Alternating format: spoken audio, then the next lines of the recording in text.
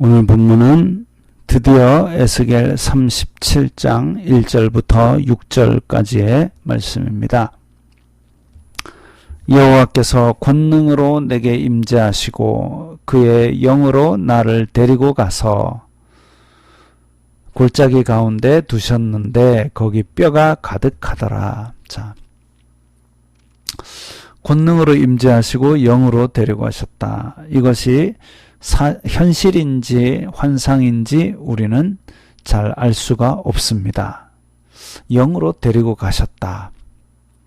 사도행전을 보면 빌립 집사가 복음을 전하다가 또 순식간에 이동하고 이런 것들이 나옵니다.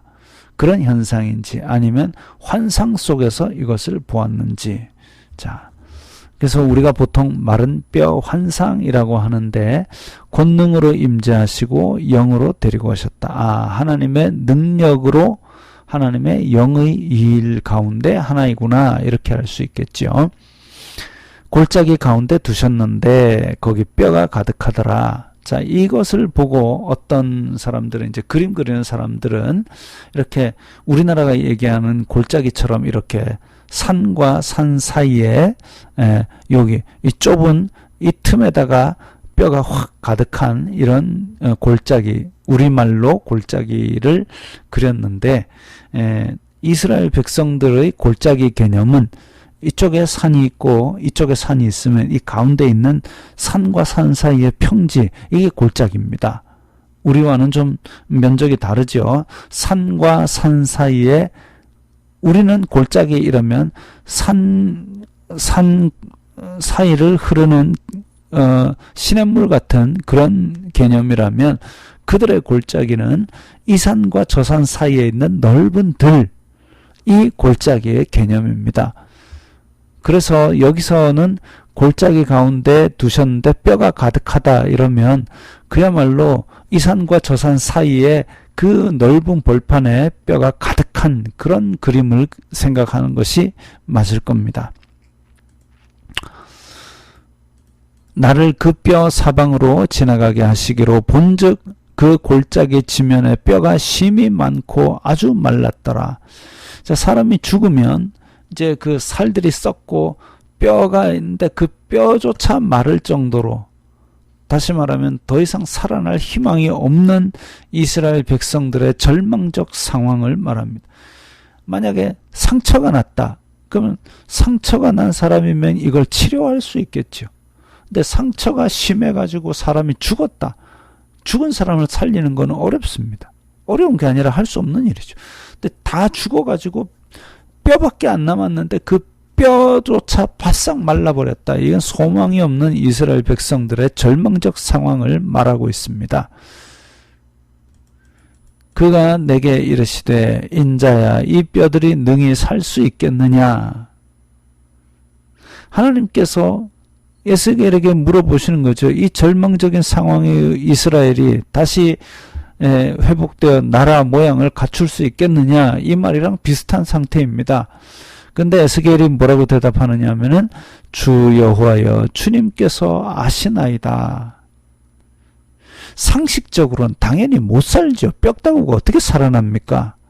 그런데 하나님의 능력 앞에 겸손히 엎드리는 자세를 보여주고 있습니다. 베드로전서에 하나님 능하신 손 아래 겸손하라, 주님의 시간에 너희를 권고하시리라 라는 말씀이 있습니다.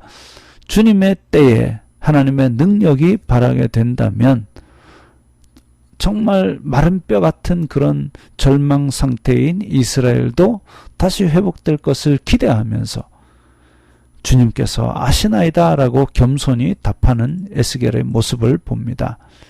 또 내게 이르시되 너는 이 모든 뼈에게 대언하여 이르기를 너희 마른 뼈들아 여호와의 말씀을 들을지어다. 자, 하나님께서 뼈를 살리시기 위해서 말씀을 전하라고 하십니다. 뼈가 무슨 말을 들어요? 귀가 있어야 말을 듣지. 그러나 하나님께서 천지를 창조하셨던 생명의 말씀, 능력의 말씀, 그 말씀이기 때문에 마른 뼈들아 말씀을 들으라고 선포하는 것이죠. 주 여호와께서 이 뼈들에게 이같이 말씀하시기를 내가 생기를 너희에게 들어가게 하리니 너희가 살아나게 하리라. 자, 여기서 생기라는 단어는 히브리어로 바람, 호흡, 생명, 영 이런 뜻이 있습니다. 그래서 쉬운 성경에서는 내가 너희 속에 숨을 불어넣으면 너희가 살아날 것이다 이렇게 번역을 했고요. 또 생기를 우리 1절에 있는 그의 영으로 나를 데리고 가서 하나님의 영을 너희에게 들어가게 하리니 이렇게 보는 사람들도 있습니다. 너희 위에 힘줄을 두고 살을 입히고 가죽으로 덮고 너희 속에 생기를 넣으리니 너희가 살아나리라. 자, 이 생기라는 것,